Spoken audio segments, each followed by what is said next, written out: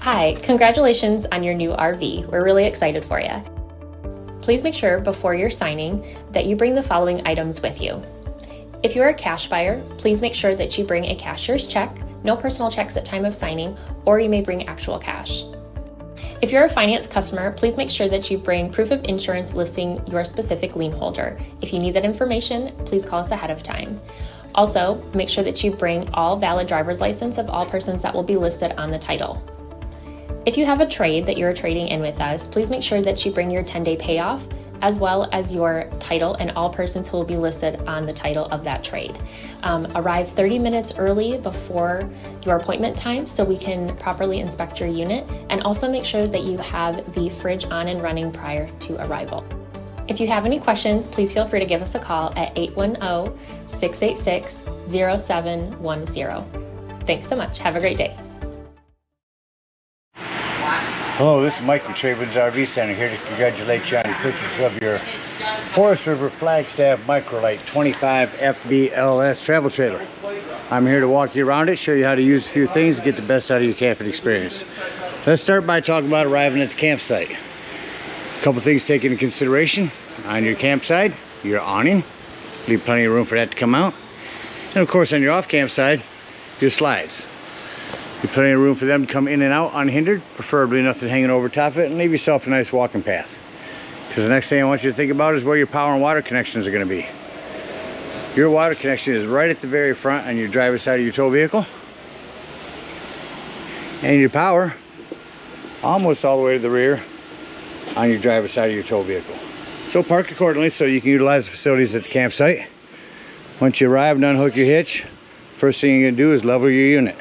On the front of your unit, you do have a power tongue jack with a docking light. Simply lower or raise the unit to your level. You do have a manual override. Little hand crank right there if you lose power. Speaking of power, check your battery posts when you arrive. Make sure those haven't wiggled loose as you come down the road. Once you've got your unit level, next thing you can do is stabilize it. That's the magnets in here. Here's your 3/4 inch hand crank. On all four corners of the unit, you have these stabilizing jacks. Simply put that on, crank these down. As I do, I'm going to mention stabilizing jack pads. Jack pads are going to protect the feet of your stabilizing jacks from dirt, debris, and hot blacktop in the summer. Keep them from sinking into the ground, better distribute the weight. Just a really good investment. You've got a 10% off coupon. Go ahead and use it and pick up a 4-pack. Once you do, run all 4 of these down just until they're taut. Once you receive any type of resistance on your hand crank, you know you're down far enough. Remember, these are stabilizing jacks, not leveling jacks. Once you've got unit level and stable, we can go ahead and hook up our power and water. On the back of your unit, got your 30 amp cord. Where these new ones plug in now. They go into the left, excuse me, they go into the left and then turn to the right once you're wiggled in, and then put on your black washer. That red light just means power to the cord. At the end of that 30 amp service, should you need to plug in at home, there's a 30 to 110 adapter that comes with your convenience pack. There's your power hooked up. Let's hook up our water. Again, up here at the front is your water connection. First and foremost, your water pressure regulator. This water pressure regulator is going to reduce the water pressure to 40 to 50 psi, protecting the lines in your unit. You don't know what the water pressure is at different campsites, so always use this when putting water in. Hook up water pressure regulator, hook up your hose, but don't turn our hose on yet. Let's find your hot water heater. On your campsite, your hot water heater. All we're doing at this point, we're turning our drain plug and rod. Get that in there nice and snug. Plumber's tape is recommended. Once that's in there nice and snug, you can go ahead and turn on your hose. If your hose has been on for a little while, go inside and open up your water taps. You can deploy your slides once your unit's level and stable. I have them deployed already for conversation purposes. But anyway, once water's coming out of your lines, you know that your water air is out of your lines, and you can go ahead and shut off your taps and turn on your water heater indoors. There is an electric element right here. The only time you ever want to turn this on here is if you're hooked up to 110. Turn it on here as well as electric indoors. On your water heater, if it doesn't seem to be working, come out and look to see if these are bubbled up. just a little pressure or a little reset bubble. Press that back in, and then your pressure release valve. Okay, so let's say we're gonna go camping. We're not gonna hook up to city water. We're gonna go boondocking somewhere, and we need to fill up potable water. Right next to your city water connection, over here to the right is your potable water or freshwater tank. No need for a water pressure regulator. Simply fill this up with a hose. 2 ways to tell when it's full. There's an overflow valve right here, or 2 on the inside where you check your levels of your tanks, your battery. Hold your freshwater button in, that'll tell you when this is full. Just remember, when using potable water is when you're going to want to turn on your water pump. Don't turn on your water pump when hooked up to city water. That's already pressurized. All right, we're all hooked up to camp with power and water, and we'll walk you around the rest of the outside of the unit. Again, city water. Here's your antifreeze inlet. You have to close your valve to the tank and open up the valve to the inlet. Your potable water, your docking light, front of the unit here. Your pass-through storage. This is a table that'll sit on the outside. On the other side, I'll show you where that sits. If you use a potable water, that's where you drain that. There's a tank flush. These are access to the back of your fridge. Again, your power. Here's your gray holding tank. And there's where you hook your cable up at. Again, your spare tire. Unit's also prepped for a Furion backup camera. Device you purchased from our store that sits on the dash of your tow vehicle. Electronically communicating with this device, giving you a backup camera for the unit. Accessory hitch, outdoor shower, black tank flush right here. We'll talk about that when leaving the campsite. And your ladder, utilize it. Go up there a couple times a year, check your seams and caulk as needed. On your awning, you do have a pitch control. If your picnic table's down there and it's raining, pull that down, all your rainwater will divert this way. Here's your main low point drain. It's going to be up and underneath here. Solid steps, I'll show you how to close them up. Outdoor speakers, porch light, and a vent for your microwave. It's also prepped for a TV out here. Hook your TV on here, plug in here, hook up your cable, watch it outdoors. Here are a couple lips for grills and griddles with an LP quick connect down here. Again, your hot water heater. This is a flue for your microwave if you're for your furnace. If you're running your furnace, steer clear of that. It'll get rather warm. Again, your pass-through storage. Pre-wired for solar. You can go ahead and hook up a solar panel there and it'll trickle charge your batteries. The propane does have a cover and is on a regulator. Simply point it toward the tank you wish to be using, lefty loosey to open. That about covers everything on the outside. Let's go take a look inside your unit. So the first thing I like to mention when I come into a unit is the fire extinguisher. Make sure that you and everyone that's camped with you knows that the fire extinguisher is located at the entry doorway in case of an emergency. To your right as you come in the doorway is your thermostat. Turn on your AC. Turn that down. AC turns on quick. You notice you shut your AC off, it shuts off quickly. Turn that up to turn your furnace on. Furnace is on. Shut that off. You'll notice your furnace fan takes a couple minutes to shut off. Coming down, there's an access panel to your fuses and breaker box. Around the corner, your control panel. This, you can go to Google Play Store, download this app. You can run your awnings, your slide outs, and your lights all from your phone. There's a Wi-Fi ranger here. You'll turn that on here. There's all your information to hook up to that. That'll allow you to pick up the Wi-Fi all the way at the back of campsites. There's where you check your levels, your brand new battery, fresh, black and gray tanks. Here's where you turn on your water pump if using potable water. Your water heater if hooked up to gas, here if hooked up to electric. Tank heaters if you're in inclement weather. Your awning, your 2 slides, and here's all your lighting. On your awning, I'm going to finish running that out. You see it's white on the bottom, gray on top. When you extend that, you only want to run that out Sometimes when they're wet, the flap will stick. You don't want to run that out until that flap falls down to 90 degrees.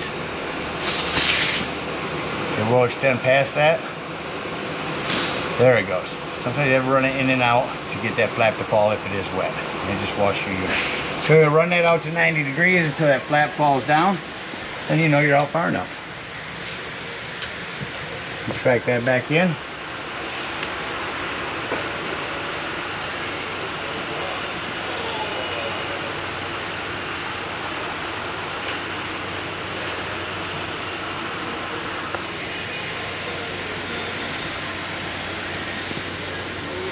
I want you to see your awning working well here.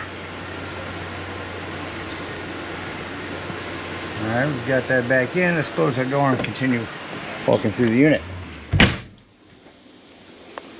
Your television. Turn on that Furion TV.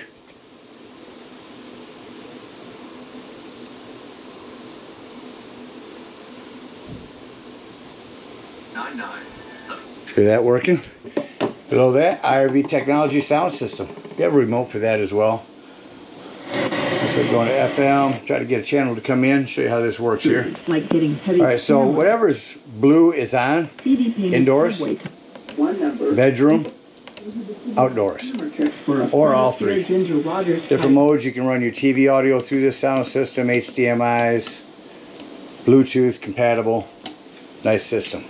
Fireplace, not just for looks anymore. Remote for that as well. I can go through and make it dimmer or lighter, but the biggest thing is the heat. Turn the heat on in this thing. If it's chilly in the morning or evening, instead of using up your gas, use their electricity and that'll warm it up in here in no time. Self-explanatory microwave. Turn your light and your fan. This glass top makes an excellent backsplash. Turn on your panel light. Turn this to high. Hit your spark and there's your flame. Same thing in your oven. No need for a pilot light anymore. Set this to flame. Light it here. And then set it to the desired temperature. There is a oven light as well. It's where it's wired for solar. If you ever decide to wire this entire unit for solar, that is where the tech will use it, so leave that template on there. In your living room, by your bedroom door on the bottom here is your 12-volt carbon monoxide propane detector. The reason I mentioned this 12 volt, it's always running off your battery. So if you're going to be gone for the day, if you're boondocking, nothing plugged in charging your battery, disconnect one of your battery posts to keep that from running your battery down. Your smoke alarm. Dometic fridge. Open up the freezer. Turn that on. Push this button in, we're on auto. Auto means when we're plugged in, we're running off electricity. As soon as we unplug, we're on gas. Or lift the gas button, you're on gas. If this light comes on, your gas is low. Individual lighting up here. Pop up USB and 110 here. Of course, this will fold away. Parachute pull recliners. Come back in your bathroom. Before going in, I want you to know during travel, make sure you have this snap back. You have one in the bedroom as well. One thing I want to mention in the bathroom, this is where your 110 with GFCI resets at. As well as a 4-set power fan, crank open exhaust. Going back in your bathroom, or excuse me, bedroom. There's a table you can set in front of the chairs. The lighting's over here. USB port charging here. And there is your griddle and table that will connect outside on those lifts I was showing you. As we travel, a couple things. Oh, you are prepped for a TV back here too. Put a TV here and 110 cable. So as we travel, we want to make sure this is secure. Nothing is going to hinder any slides. As we close the unit up, I like to say doors and drawers. Make sure that all doors and drawers are closed. Nothing's going to impede this slide from coming in. I like to come here and shut off my interior lighting. Then I can walk through and see all of the individual lighting that I need to go through the unit and shut off. Now I come back over, turn back on my interior lights, In the dark, you'll get used to this last one on the left. And we're going to start bringing our slides in. I believe slide number 2, yep, will be your bedroom slide. Again, make sure nothing's on your nightstand there.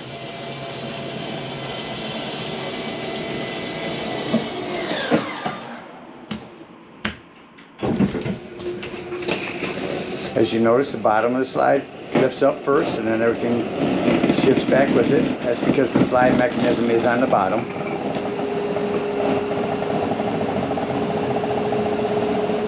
You definitely want to make sure that this extension is closed.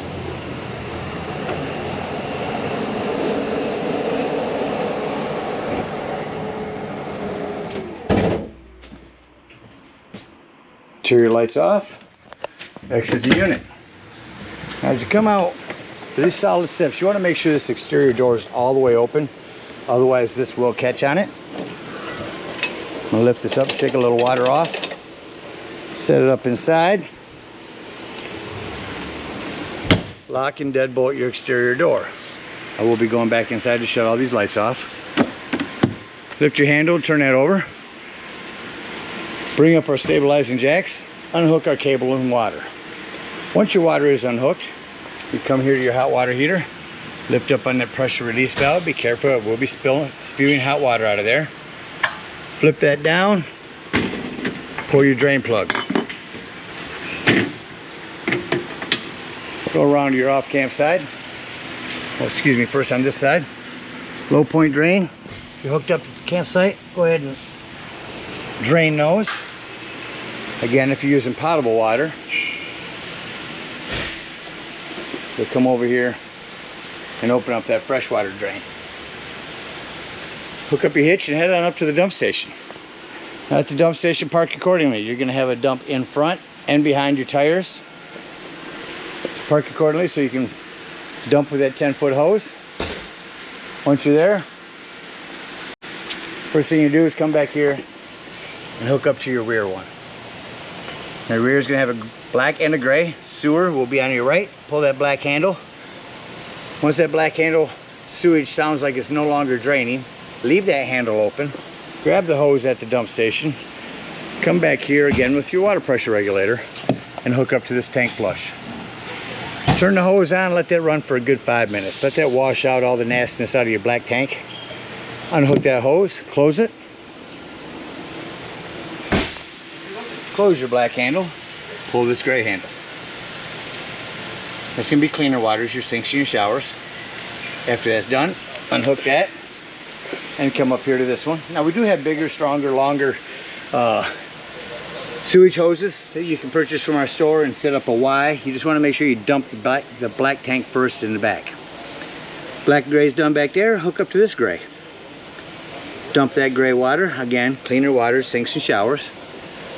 Once that's done, take that sewage hose, come back here to your bumper, open that up, and conveniently and sanitarily store your sewage in your bumper. Your sewage hose, excuse me. Again, we thank you guys so much for your purchase of this Microlite. Hope you enjoy it for many years to come. Happy camping.